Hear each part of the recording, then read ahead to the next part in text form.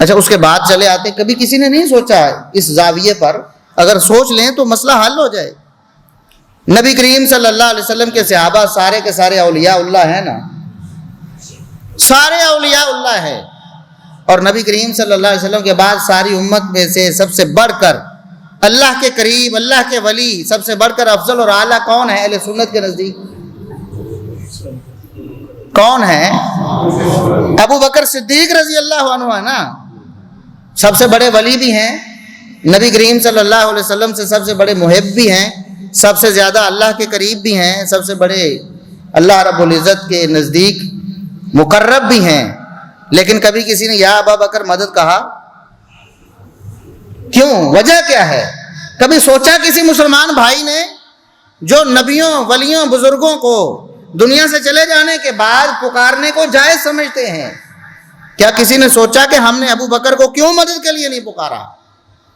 اس ابو بکر رضی اللہ عنہ کون ہے کہ نبی کریم صلی اللہ علیہ وسلم فرماتے ہیں میرے اوپر بھی ابو بکر کے احسان ہیں، جتنے احسان ابو بکر کے ہیں اسلام پر، پیغمبر اسلام پر، مسلمانوں پر، اتنے کسی کے نہیں ہیں۔ یہ تو صحیح بخاری میں نبی کریم صلی اللہ علیہ وسلم کا فرمان ہے، ان من امن الناس علی فی صحبتی ومالی ابا بکر، ابو بکر وہ ہیں نبی کریم صلی اللہ علیہ وسلم کے ساتھ ان کی دوستی، محبت اور ساتھ قرآن نے بیان کیا ہے، وہ غار میں جو انہوں نے ساتھ دیا قرآن نے بیان کیا ہے، ثانی اثنین اذ ہما فی الغار۔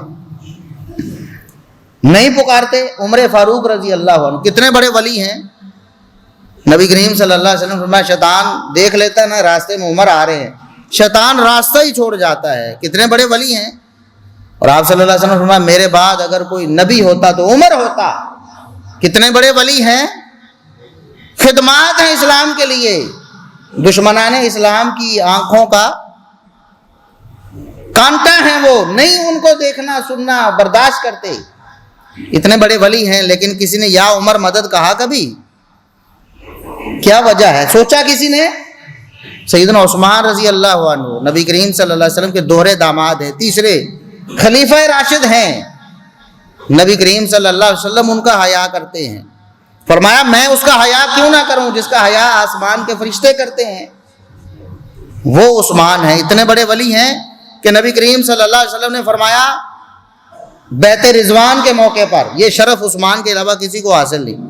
ایک اور شرف تھا کہ ایک نبی کی دو بیٹیاں یکے بعد دیگرے، دنیا میں کائنات میں مثال ہی کوئی نہیں عثمان جیسی،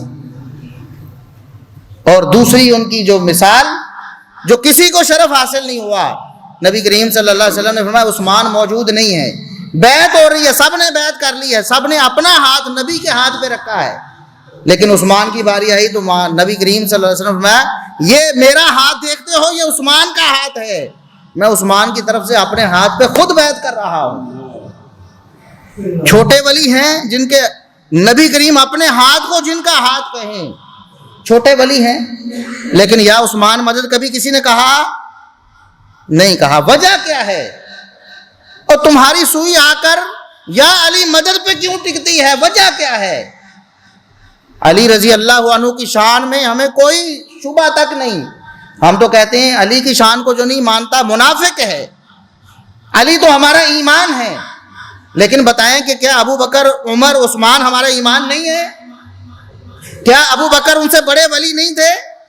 کیا وجہ ہے کہ آج ابو بکر کو، عمر کو، عثمان کو مدد کے لیے نہیں پکارا جاتا یا علی مدد کہا جاتا ہے؟ کیا وجہ ہے؟ یہ رافضیوں نے ہاتھ کیا آپ کے ساتھ، اور یہی پس منظر ہے اس واقعے کا، 22 رجب کے کنڈوں کا۔ یہ یوم وفات ہے سیدنا معاویہ بن ابی سفیان رضی اللہ عنہما کا۔